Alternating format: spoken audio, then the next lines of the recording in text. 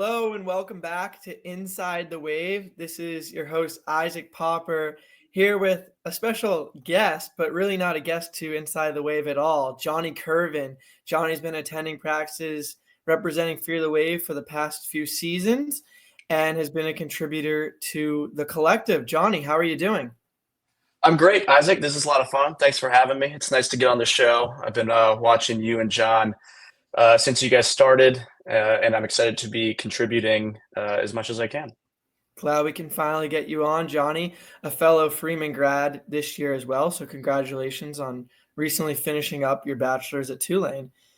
Thank you. Just a quick context on where we are at right now. So we are recording this on Wednesday night, August 6th. This will come out on Thursday. So today, as of recording, Wednesday was an off day for the team.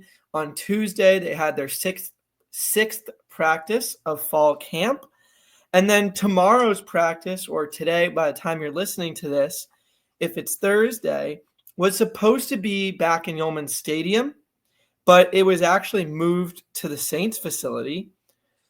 On Tuesday, it was at the Shrine at Airline, a grass field, which John Summerall said to Gary Smith that they are using in large part to prevent injuries or hopefully to mitigate injuries. And then after tomorrow's practice, or today by the time you're listening to this, at the Saints facility, which is indoors, they're back there on Friday, at least according to the schedule, before Saturday night's scrimmage in Yeoman Stadium.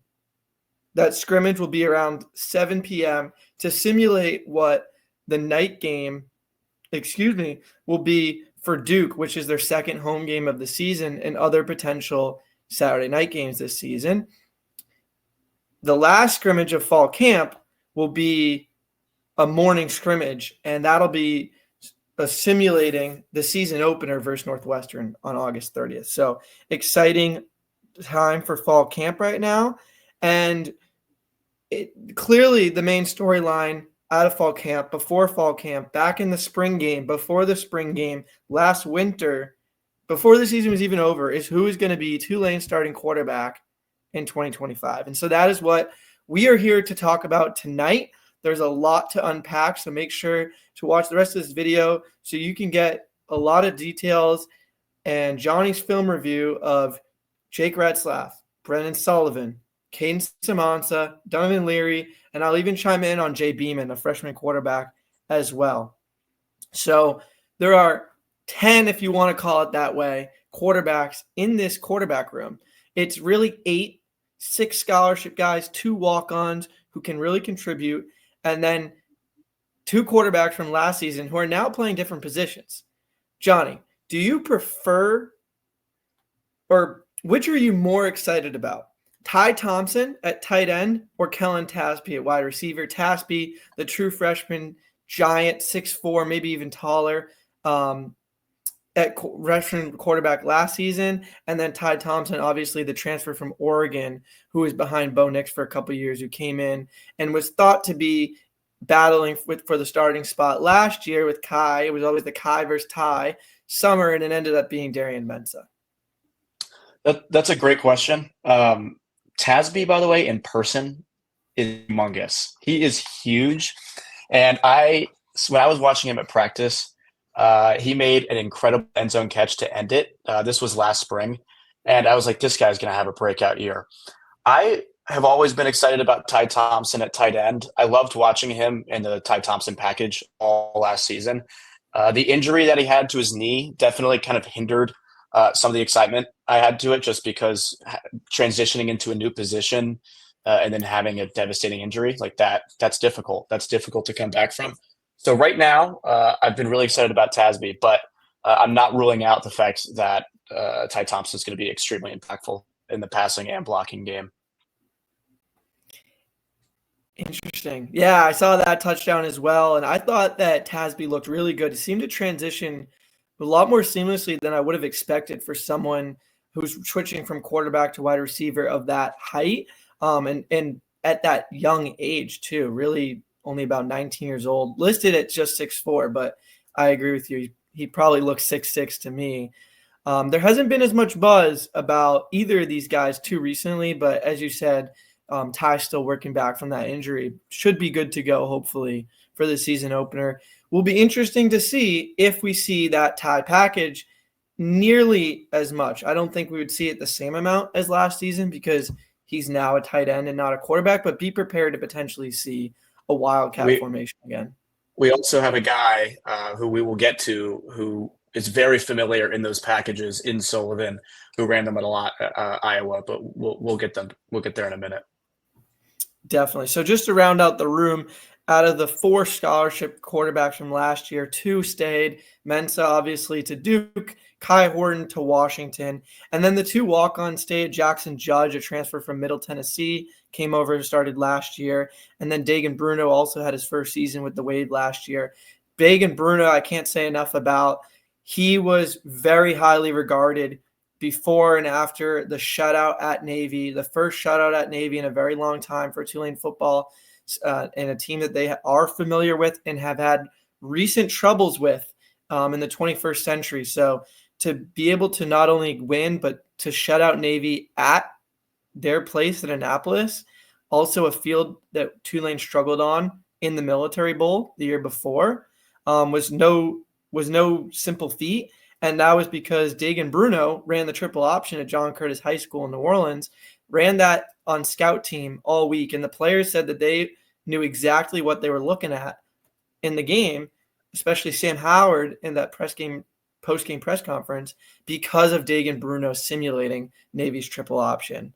So those are the 4 guys still on the roster from last season, 2 freshmen, Jay Beamon and Cade Scott. Cade Scott, an early enrollee. And then 4 transfer quarterbacks, which we'll get into. Brendan Sullivan from Iowa, Jake Retzlaff from BYU, who just came in, Sullivan in May, Kadin Semonza, and Donovan Leary in the winter, starting this spring in January. So let's start with Jake. What do you see in Jake in this rare walk-on? So technically, Jake's a walk-on. I consider him a scholarship quarterback. Technically, he is a walk-on. Due to the rare timing of this transfer, what do you think about him being able to learn the playbook in just a couple of weeks? Because he just got on campus about 2 weeks ago from today. Yeah, that's going to be one of the biggest questions. Before we get into that, I want to just give a quick overview of his career trajectory for those who might not be familiar. So him and Sumrall actually have a relationship that dates back to 2022. Coach Sumrall recruited him to Troy, and he almost went, and then ended up, of course, playing a couple of years at BYU instead. His first year, he only started 4 games at BYU, and he struggled. He struggled to complete 50% of his passes. He lost all 4 games that he started, and then he threw 3 touchdowns. He's 6'1", 205 out of California. But this last year is really where he broke out, and I'm sure that's not news to a lot of people.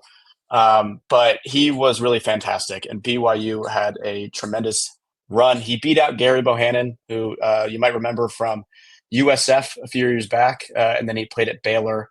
But he was picked as the worst quarterback coming into the Big 12 this past year. So I'm going to give a little bit of a background for some people who might not be familiar with him. I know BYU was extremely excited about this year for Jake because they kind of saw a Zach Wilson year coming. An old buddy, as a Jets fan, an old buddy of mine, Zach Wilson. But Zach in 2019, he 11 touchdowns, 9 picks, 62% completion rate.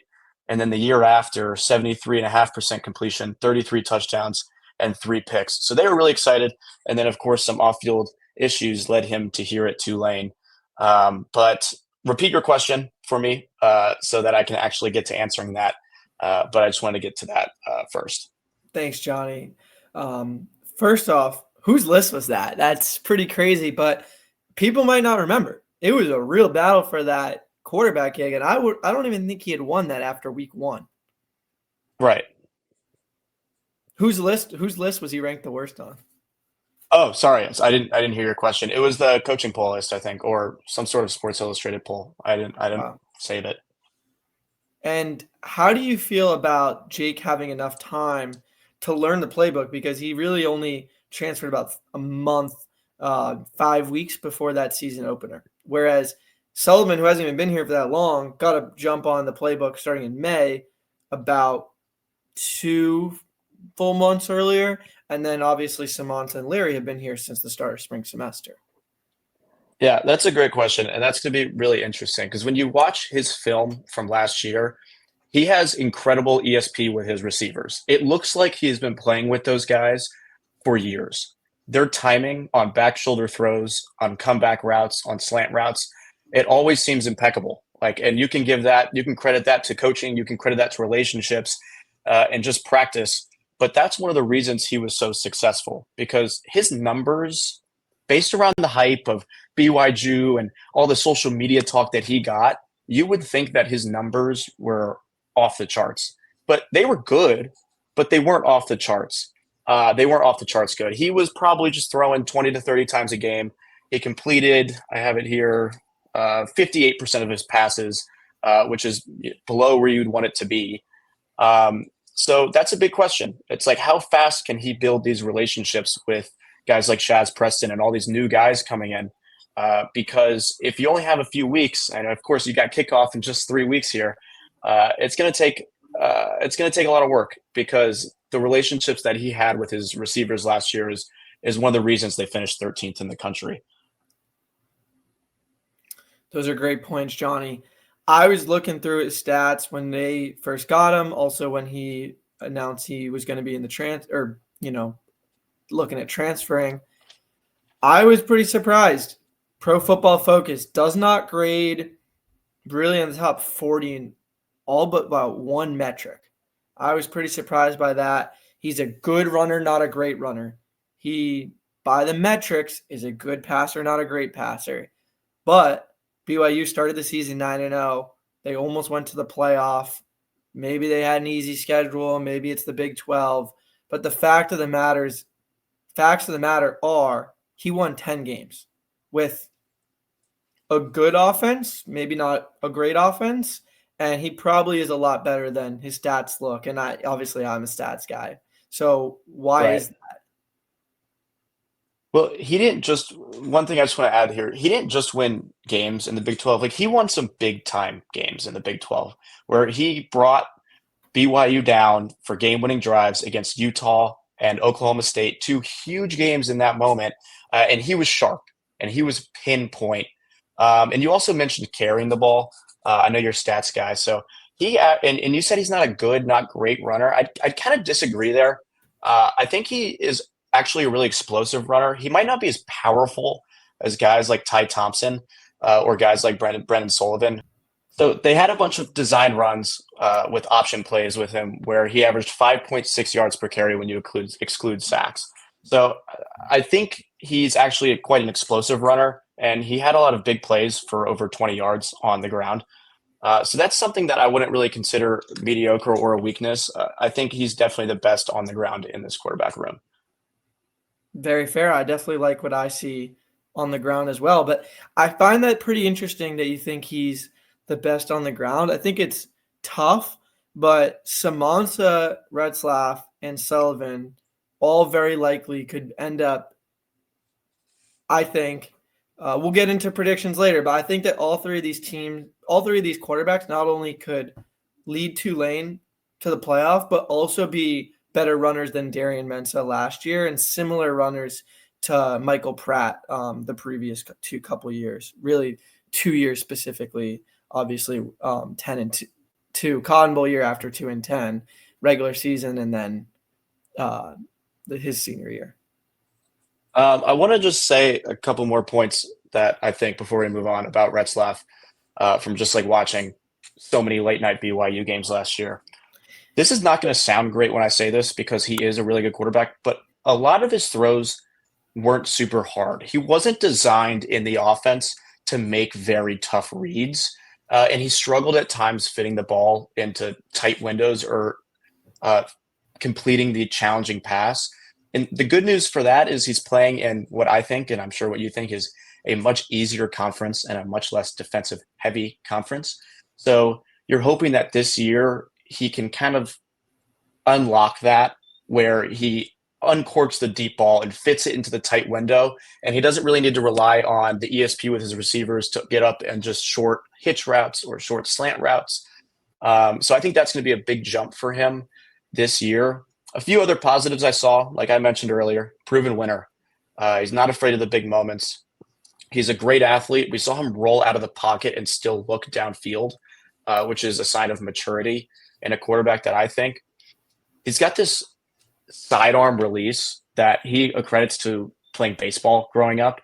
But when the pocket starts collapsing on him, it really allows him flexibility to release the ball and zip it without corking it back. And it's a really quick release. It's unorthodox, but if you haven't seen it yet, you'll see it this year. And he's also talked about this is his last chance. Like, he's a walk-on. I know he probably should be a scholarship player, but he's technically a walk-on player. And he's looking to make NFL money. He's looking to get drafted this year. He went to Tulane not only because of his relationship with Sumrall and because it's a great school and we've been winning football games, but like, he knows he has an opportunity to put up really big numbers in this conference. And I'm really excited to see that. And then just some quick negatives, some things that I looked. His completion percentage has never been good. 50%, then 58%. And when the offense is designed for you to make simple reads, you'd want that to be higher. He threw 20 touchdowns and 12 interceptions this past year, forced the action a little bit too much and made some turnover-worthy plays. He's not incredible against the blitz. He completes 53% of his passes, which is slightly below what he actually throws at. And then we won't talk about this too much because it's been talked about enough, but there's off-field distractions. There's the late arrival at Tulane. Who knows quite what that is looking like. And then BYU, they're not that concerned right now with his departure. Like, they still have high expectations for this year with the guys behind him. I wouldn't say that's a negative. That's kind of what a coach has to say, right? But they're not looking at this as like some devastating loss. Like, they're still excited about what they can put together. So those are some things that I saw from him watching a lot of him at BYU this past year, and I'm curious what you think. Thanks. Well, I will say I wouldn't read too much into Coach V's comments over at BYU. I agree with that. I personally think that this is a huge loss for them, and that's what the talking heads are saying right now on ESPN, on the college shows there. CBS I saw as well. And, you could have thought, probably some writers wrote, that Tulane would be really missing Darian Mensah. Tulane would be missing Michael Pratt, who I consider the Tulane GOAT. And look at where we are. I still think that we are in just as good of a position, if not better, today as we were if we still had Darian on the roster. And so we'll see where things go, but I'm very optimistic if Jake is Tulane's starting quarterback. The one question I do have for you is, how did he go so unheralded that he played at JUCO for multiple seasons and then only had really one offer, which was Troy and Sumrall, until BYU swept in? Yeah, that's a good question. I don't know a whole lot about his high school era. I know he was a 3-star coming out of it, and he didn't have really one skill that he was explosive at. So a lot of quarterbacks in recruiting, they'll try to find one thing that a guy can do really well, whether that's running, whether that's a huge arm. And he didn't have coming out either of those. I don't really know why the JUCO route happened. Do you know what happened? I read that in large part due to COVID. That was the year, coming out of high school where he got kind of halted because there was an extra year. Every guy, teams were keeping an extra guy all of a sudden by getting a 5th year. But I think you hit a nail on the head, and I don't think Michael Pratt was exceptional in anything either. And look at him. He got drafted and is arguably the best player to ever play for the school and led us to a Cotton Bowl victory. Yeah, absolutely.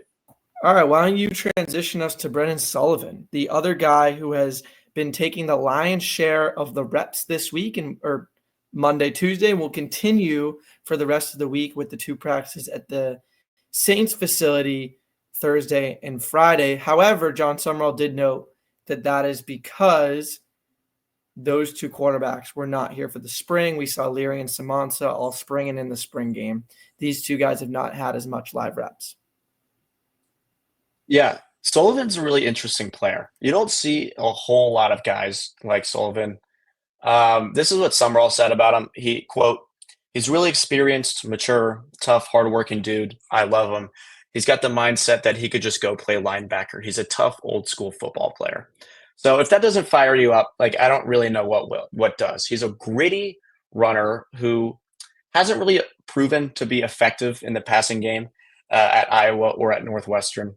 I'll give you a quick background on him. He played 1 year at Northwestern. He didn't play much. He didn't throw the ball much. He only threw it 96 times that whole season. He played in 5 games. His next year, he only threw it 99 times at Northwestern. And then his final year at Iowa, he threw it 53 times. But he appeared in the most games because, like I mentioned earlier, he appeared in a lot of Ty Thompson packages down near the goal line. So not a lot of experience throwing the ball. He's only thrown it 248 times in his career for 13 touchdowns. But anyone can go look at those stats. Dual threat. He's not a speedy runner. If I had to ask Jake and Brendan to run a 40-yard dash, I'd probably take Jake.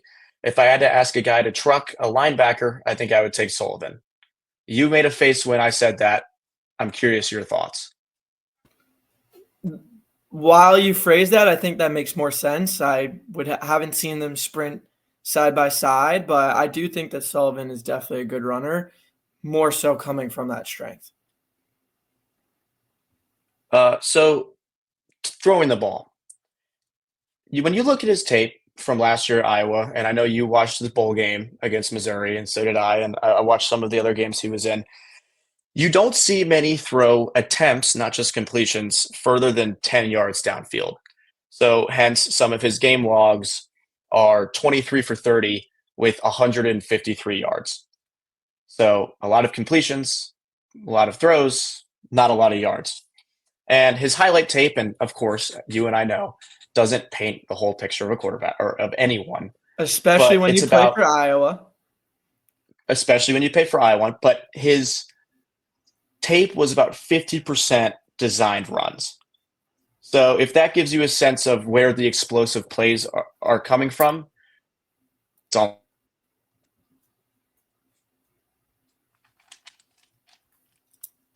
Wow. What do you think? Yeah, so something that's interesting to me is we'll get into predictions later, as I mentioned. And if you haven't already, make sure to check out our interview. John and I sat down with Brendan Sullivan and interviewed him, talked about who he models his game after. I'll spoil it, although I definitely would recommend listening to why he believes this and talking about his own game. It's Josh Allen, and he believes that he's a strong but also fast runner. Josh Allen, one of the best runners in the NFL, while also being one of the best passers. What's interesting to me about Sullivan is actually the makeup of his background. And so not just cooking Mizzou in the Music City Bowl for Iowa last year, but also his time at Northwestern. That's who Tulane starts the season with. We talked about the conference being a little bit light. There's some good teams. I think Tulane also has a really hard schedule for the American Conference. They have to play at Memphis again. They have to play at UTSA, which has been very hard to win at in recent times. And they also play Army, who we really struggled with last year, among other opponents, of course. So just those three, I would say, have the potential. We'll see what happens. Who really knows? We didn't expect Army and Navy to be atop the conference when we made the preseason poll last year. Just like BYU was not picked atop the Big 12 and Arizona State was not picked atop the Big 12. So we'll see what happens. But Duke and Northwestern could end up, or at least Duke being on par with some of the conference opponents. And because with Ole Miss and Duke especially, and then Northwestern just being in August, the slate starting out really strong, you could see a guy like Retzlaff, who's learning the playbook late, earn the job later in the season. Maybe that's week 4. Maybe that's week 5 when we start conference play. But Brendan Sullivan, if they do go this route with one of the guys who's been here longer to start instead of Retzlaff, Sullivan played at Northwestern, so this would be his former team. He talked about playing his former teammates in our interview. And then he also has played Duke before, too, when he was at Northwestern. So he's got familiarity with two of those three Power Four opponents that Tulane plays. Yeah, I think that's a great point. When you're a team like Group of Five and you can bring in anyone from the Big Ten, that's a win, especially at the quarterback position. I mean, this experienced. He hasn't played a full 3 seasons, but he has played games and he's seen some success in these games, especially on the ground. So I think your point of bringing this guy in who you know what you're getting, and he knows the playbook better. Like I can absolutely see him starting week. I mean, we'll get into predictions like you said later, but I can totally see him starting against his old team week 1. That would be really cool. You know, with a guy like Sullivan, that he's not going to go in and lose you a game. He's not going to go in and mess up a read. He's a veteran player. This is it for him. Interestingly enough, that Duke game was also week 3, almost the same timing. Granted, he came in off the bench in a 38-14 loss, but he was 5 of 6 with a rushing touchdown. And so we will see what happens. Guys to keep an eye on for Sullivan. They brought in his tight end at Iowa, Johnny Pescuzzi, and then he was originally throwing in once he got here in May with Oliver Mitchell, who's looked really good, true freshman, especially with Antoine Parham being injured, another true freshman who people were really excited about, Sean Nicholas and Anthony Brown-Stevens.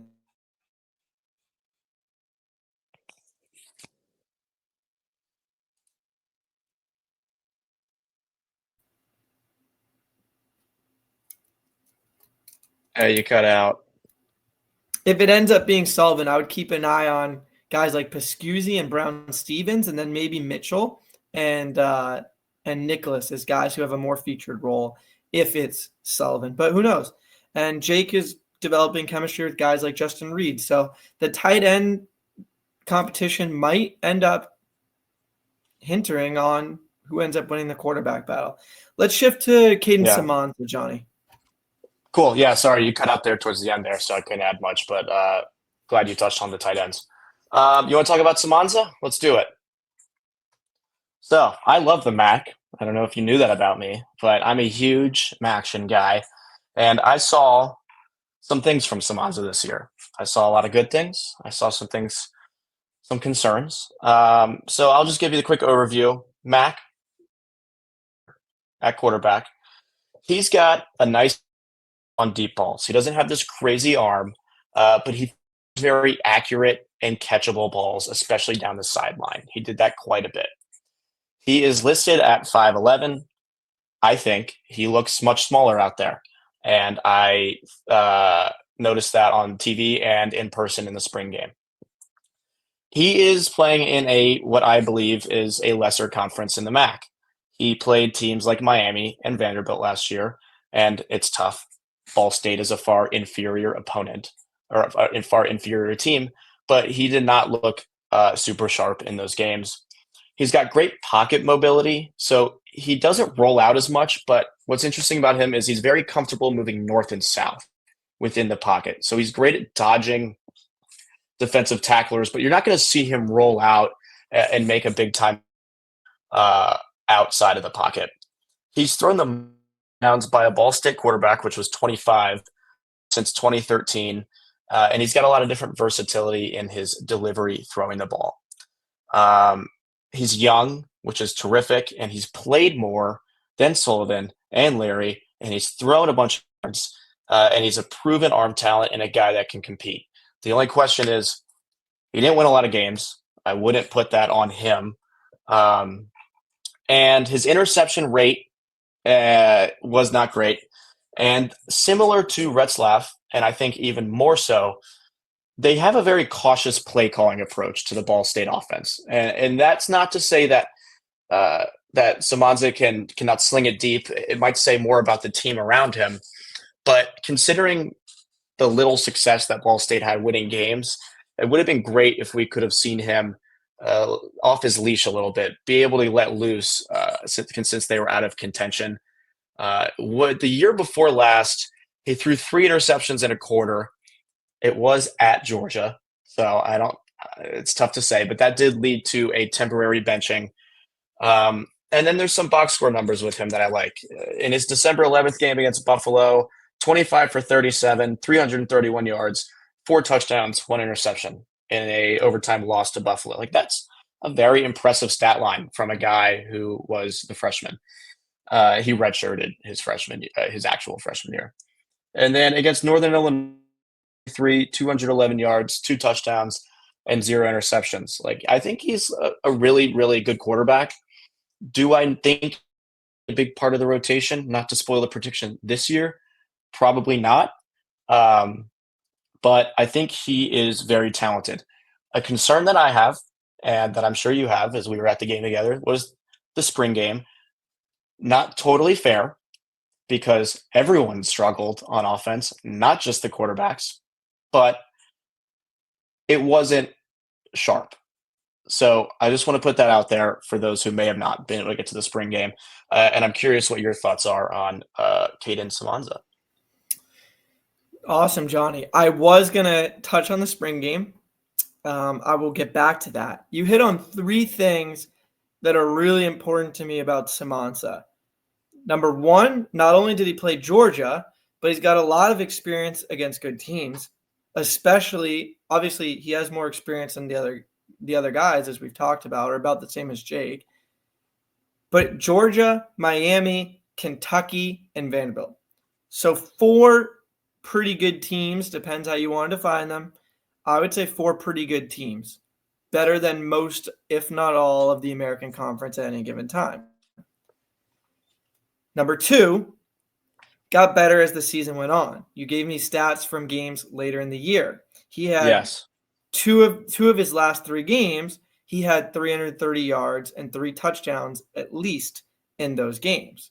That's a good sign to me, especially for somebody who has 3 years of eligibility left, which is my third point. Jake and Sully are 5th-year guys. Leary is a senior. Samansa is the baby of the group while only being a junior, because he's got 3 seasons to play, potentially at Tulane, including this season. And I don't know if you noticed, but Cash Samansa is also on the roster, wide receiver.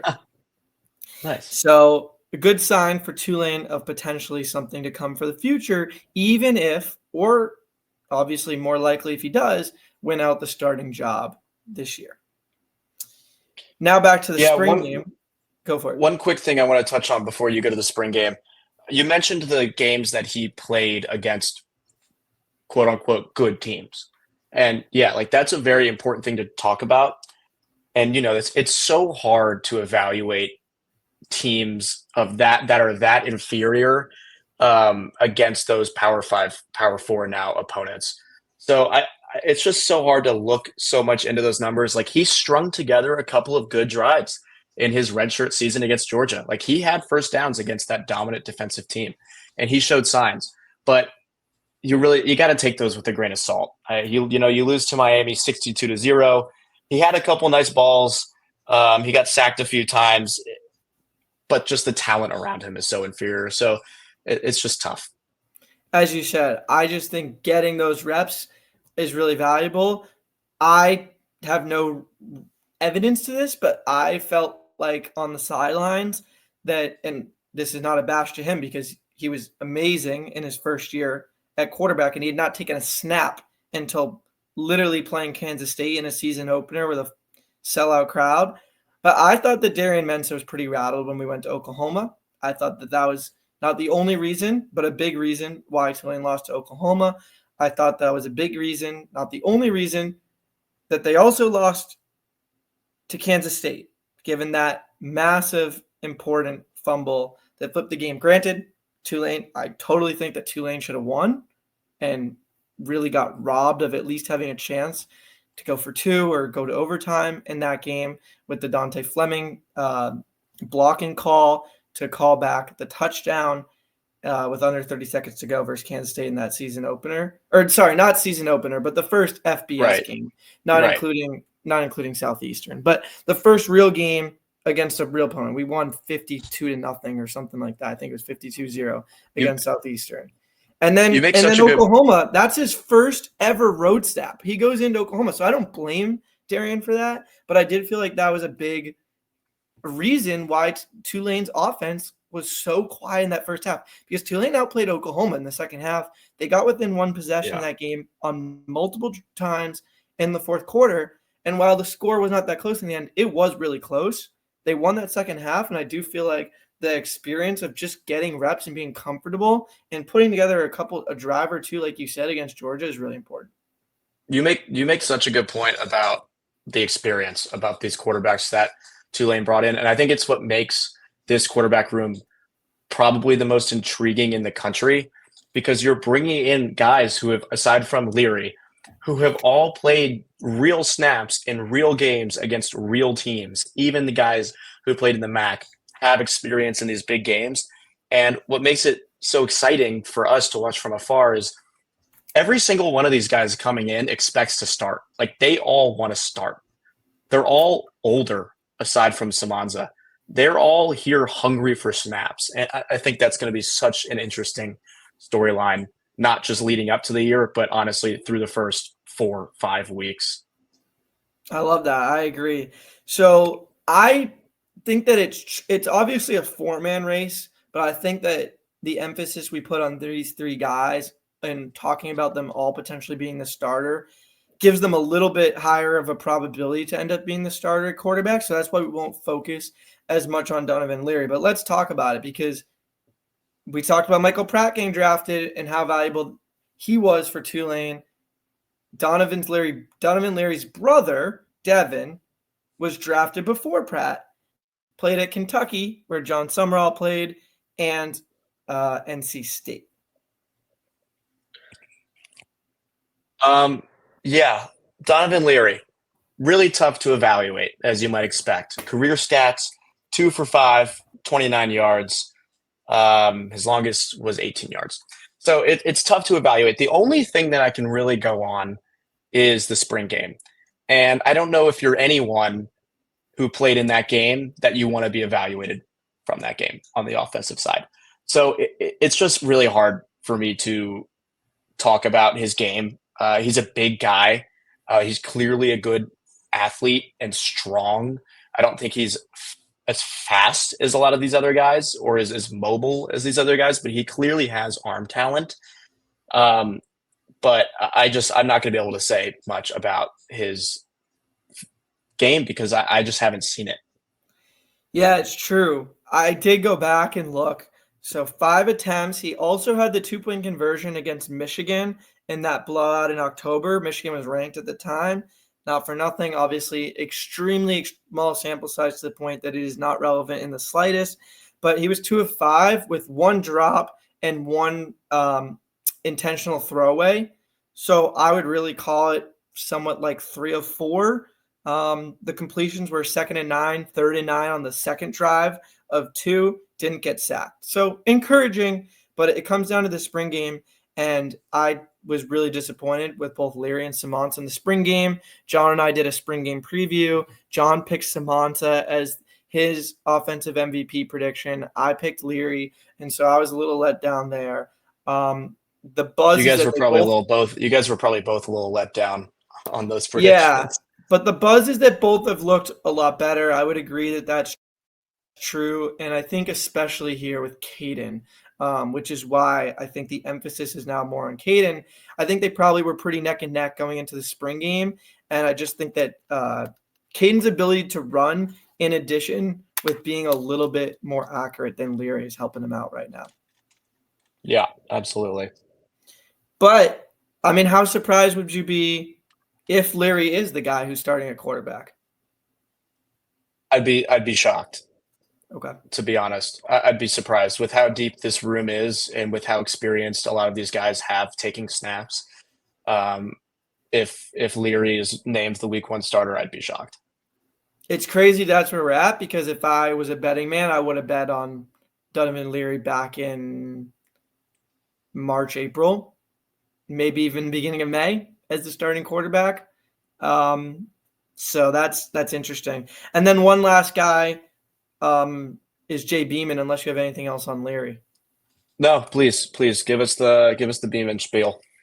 Yeah, so I'm really excited about Jay Beamon for the future. He has a strong arm. He moves his feet well in the pocket. Two things that look really good on a high school tape. Pretty unrecruited guy. Tulane found Beamon. He also had a strong relationship with the coaches at Boston College. That was pretty much it. Tulane and BC. He's out of, I believe, Mississippi. But a mobile quarterback who is a great pocket passer.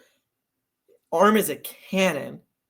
And while he needs to improve his back pedal drop back, he has a really good touch and velocity. And then Cade Scott is the last quarterback out of the 6 main guys, not including the walk-ons and converted quarterbacks, who's an early enrollee, came in this spring when it looked like he actually might have a shot too. Or not this spring, came in a year early, to be on the roster this summer and fall because it looked like maybe he has a shot after Leary and Samansa struggles. But Tulane found Brendan Sullivan, and then Jake Retzlaff ended up being available and really potentially a match made in heaven. We'll see what happens when the season's over. So, Johnny, after all that being said, who is your prediction for Tulane starting quarterback in 2025? I'm taking Jake Retzlaff as the starting quarterback for 2025 for a lot of reasons, pretty much everything that we just talked about in that whole 10-minute segment we did on him. But he was really impressive last year, and he won a lot of games, and he's played in the most big-time games out of all these guys, and I think he's the most talented. So I'm curious, what's your prediction? Agreed. I'm going to go Retzlaff. I do think think that it was basically inevitable last year. It felt like when I was watching those late night BYU games that he was going to lead a comeback every time. It was unbelievable. Every time. It was remarkable. It was really fun. He struggles with the deep throws in the beginning of the game, and then every throw seems to be spot on in the fourth quarter. So I would love to be able to see that for Tulane football in Yeoman Stadium this fall. However, I do think there's a very good chance that it's Brendan Sullivan for week 1, maybe week 2, maybe week 3, and then transitions to Retzlaff. Can we take this one step further? Can you give me in order most likely to least likely to start week 1 for you? It's a good question. So I've got Retzlaff 1, Sullivan 2, Samansa 3, a clear 3. Could be any of those guys. I wouldn't be surprised at all. And then Leary 4, probably Beamon 5, Scott 6, doesn't really matter beyond then, and a little bit of a Typhoon package coming back with Ty Thompson. What about you? Nice. I have the same list. I might have Semonza over Sullivan just based on what Sumrall wants to do with this team, which is, I think, getting some of the receivers involved. I know it'll be a more run-heavy offense, but this offense needs to be dynamic, and I don't know if Sullivan can provide that in the passing game. I would be surprised. You said you wouldn't be surprised if Semonza starts week 1. I would be very surprised. Okay. I would be very surprised if anyone other than Jake doesn't start week 1, but that's just me. I actually, for my final prediction, we'll split the baby because I want to go week 1 prediction, most of the season, and then 26-27. I'm going to go week 1 is actually Brendan Sullivan. Most of the season and hopefully college football playoff is Jake Retzlaff. And then for 2026 and 27, Kadin Samansa for me. With Jay Beamon down the line. I have Semonza in the following 2 years too. Yeah, it's just tough. You never know what happens with the current landscape of college football. You don't want to get your hopes up that you can really build this guy up for a full year and then have him plug and play. But the opportunity will be there for him if he wants it after Jake leaves. How many games does Tulane win this year? It's tough, especially when you don't know if you're predicting conference championship, obviously a bowl just game. Regular season. So 12 games, regular season. I'm going to go really bold and say 10-2. I do think this is the year. They seem deeper at almost every position than they've been in a long time. As a team, people, including Michael Rod, are saying this is as deep as the team's been in a very, very long time. And I would subscribe to that at some positions, not all. Little bit worried about the special teams right now. Hopefully I'm not jinxing it. Knock on wood. But there's positions like wide receiver where I literally don't know which of 7, 8 guys are going to start. There are 9, 10, 11 guys that could easily – there's probably 11 guys in that room that could easily have 20 catches and a couple hundred yards this year. Cornerback pretty deep. Linebacker pretty deep. 6 guys who are good. Safety, got a bunch of guys who can play. And D-line, that's what everyone's talking about right now. And then O-line, I am pretty obsessed with how deep that O-line is. I don't know who's going to emerge at right tackle. I think it'll be Bach at right guard. But if the O-line does a good job and the team stays healthy, this is a 10-win team to me. It's a good problem to have. What do you think? I have us winning 9 games.